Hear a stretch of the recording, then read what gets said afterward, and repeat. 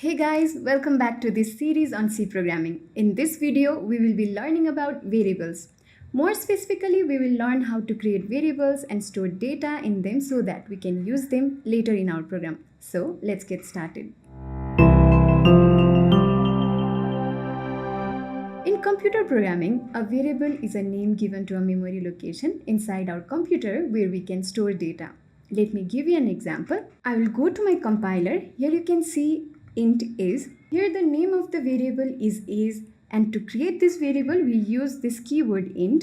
This int keyword is a data type which indicates that the is variable can only store integer values. In C programming, every variable must have a type like this, int.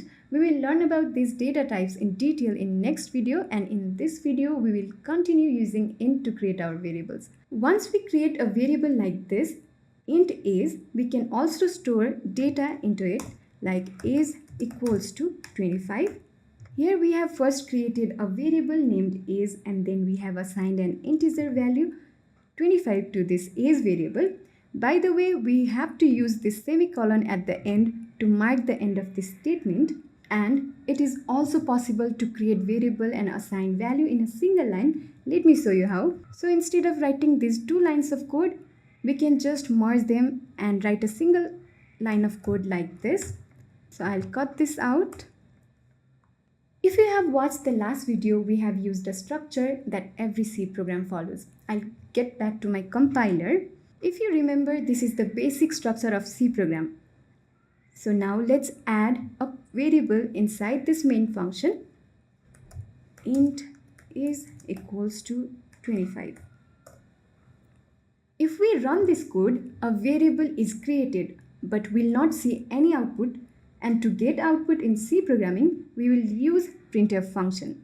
Before we print this variable, let's first try to print a normal text. Then in the next step, we will learn to print variables.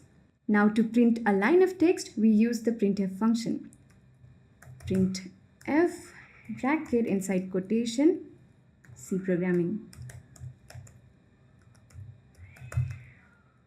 And we will always end this statement with a semicolon. Now let me run this code, and we can see C programming is printed on the screen.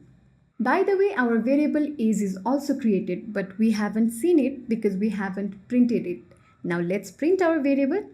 I just want to print a variable, so I'll cut this part that prints a line of text. Then I'll write printf bracket inside quotation %d, comma, and the name of the variable. In this case, the name of the variable is. To print a variable in C programming, we use something called format specifier. Here, %d is a format specifier. Now let's run this code. As we can see, 25 is printed as an output. So what happens here is that here %d is replaced by the value of is variable. If we have to print other data like characters and decimals, we use different specifier like %c and %f, which we will discuss in the next video. Let me modify this program a bit. Here I'll write here is colon. Now let me run this code again. Now we can see this is colon is printed as it is, and %d is replaced with the value of is. Now that we know how to store data in variables, let's see how we can change their values. Yes, we can change the values of variable. That's why it is called variable. Let me give you an example. I'll go back to my previous example. Currently, the is variable stores 25. Now I'll assign a new value to this is variable, is equals to 31. And I'll print this.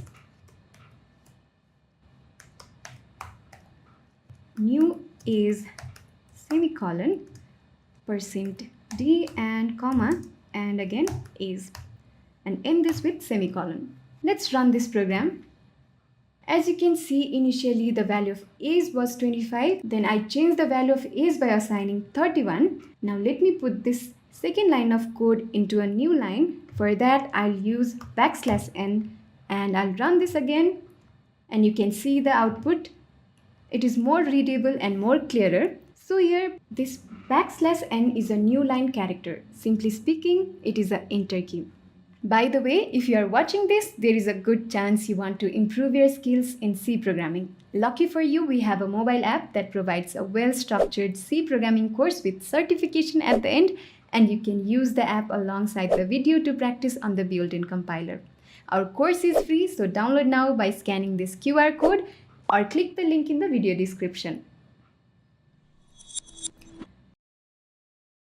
So far, we saw that we can assign data directly to a variable. However, we can also assign a value of one variable to another. Let me show you an example. In this example, as you can see, we have assigned value 33 to this first number variable, and we have then printed this first number variable.